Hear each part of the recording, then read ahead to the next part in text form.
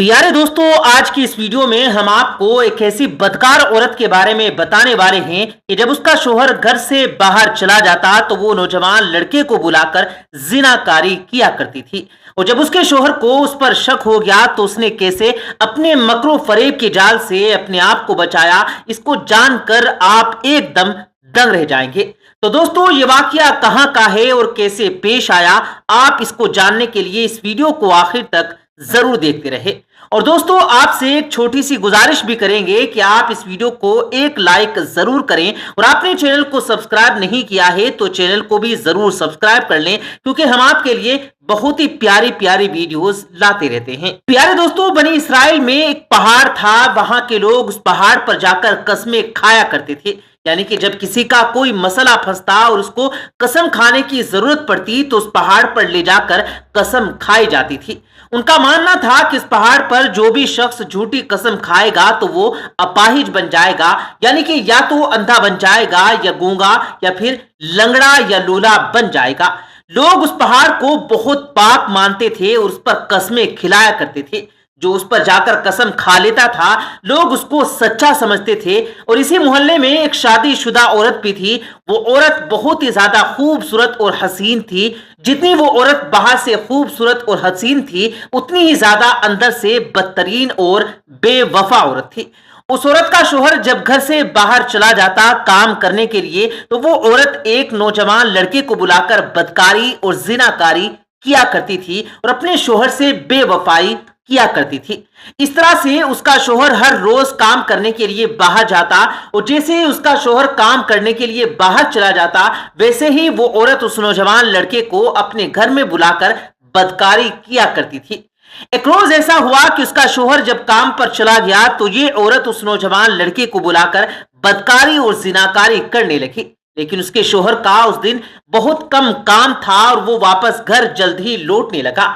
जब वो घर लौट ही रहा था तो दूर से उसने देखा कि उसके घर से कोई नौजवान लड़का चला जा रहा है।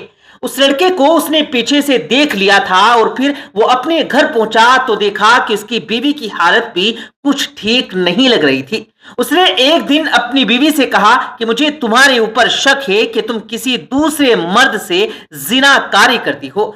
वो औरत अपने मकरू फरेब से झूठे आंसू बहाने लगी और बोलने लगी कि नहीं नहीं, मैं ऐसा हरगिज नहीं करती, मैं आपसे बेवफाई कभी नहीं कर सकती और मेरे जिस्म को आपके अलावा किसी भी गैर महरम ने हरगिज नहीं देखा है। लेकिन उसके शोहर को पूरा शक था कि मेरे घर से जाने के बाद मेरी बीवी मुझसे बेवफाई करती है और किसी और मर्द के साथ ये जिनाकारी किया करती है। तो उसके शोहर ने कहा कि अगर तुम सच कह रही हो तो तुम उस पहाड़ पर चलो जो पाक पहाड़ है। अगर तुम उस पर चलकर कस्में खा लो तो मैं तुम पर यकीन कर लूंगा। अगर तुम वहां पर जाकर झूठी कस्मों खाओगी तो तुम अपाहिज बन जाओगी और मैं तुमको हमेशा के लिए छोड़ दूंगा। तो वो औरत थोड़ा सा घबरा गई। फिर उसके शैतानी दिमाग में कोई प्लान सूझा और उसने कहा, जी ठीक है, हम वहां पर चलकर कसम खा लेंगे। फिर रात में वो औरत उस नौजवान से मिलती है और उसको तमाम वाकया बताती है और उससे कहती है कि तुम एक गधे को लेकर गधे वाले बनकर उस पहाड़ के पास पहुंच जाना, तुम्हारे गधे की सवारी करके इस पहाड़ पर जाऊंगी। वो नौजवान कहता है कि इस तरह से तुम कसम खाने से कैसे बच पाओगी। तो ये औरत कहती है कि तुम उस वक्त देख लेना कि मैं किस तरह से कसम खाने से बच पाती हूं। ये कहकर वो औरत अपने घर वापस आकर सो जाती है और जब सुबह होती है तो उसका शोहर कहता है कि चलो पहाड़ पर। तो वो औरत कहती है कि रुको, मैं अपने कपड़े बदल लेती हूं फिर चलती हूं। वो औरत जाती है और एकदम ढीले ढाले कपड़े पहनकर अपने शोहर के साथ उस पहाड़ के पास चली जाती है।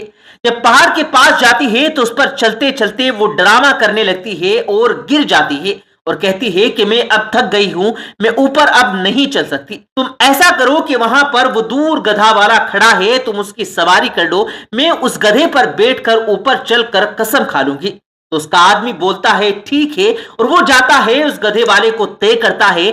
जैसा कि ये औरत उस नौजवान ने मिलकर प्लान किया था, उसी प्लान के मुताबिक वो औरत उसके गधे पर बैठकर उस पहाड़ पर पहुंच जाती है जहां पर उसको कसम खानी होती है। फिर वो औरत उस तरह से अपने आप को गधे से नीचे गिराती है कि नीचे गिरते वक्त उसके सारे कपड़े खुल जाते हैं। जैसा कि उसने पहले ही प्लान कर रखा था, और इसी वजह से उसने एकदम ढीले ढाले कपड़े पहने हुए थे और वो एकदम बिल्कुल बरहना हो जाती है गधे से गिरते वक्त, और वो गधे वाला उसको बरहना हालत में यानी एकदम नंगी हालत में देखता है, उसका शोहर भी देखता है। वो फौरन झट से उठकर अपने तमाम कपड़े पहन लेती है और फिर उस जगह पर पहुंचती है जहां पर उसको कसम खानी होती है। वहां पर जाकर वो कहती है कि मैं कसम खाती हूं कि मेरे नंगे जिस्म को मेरे शोहर और इस गधे वाले के अलावा किसी ने नहीं देखा।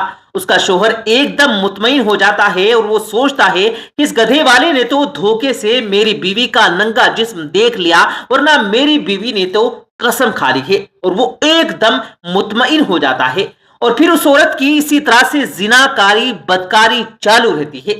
दोस्तों, उस औरत ने सोचा कि मैं अपने शोहर से तो बच गई, लेकिन वो ये भूल गई कि जिसने उसको बनाया है, जिसने सारी कायनात को बनाया है, जिसने जमीन और आसमान को बनाया, जो दिलों के हाल जान लेता है, कब्र में और आखिरत में उसको क्या जवाब देगी।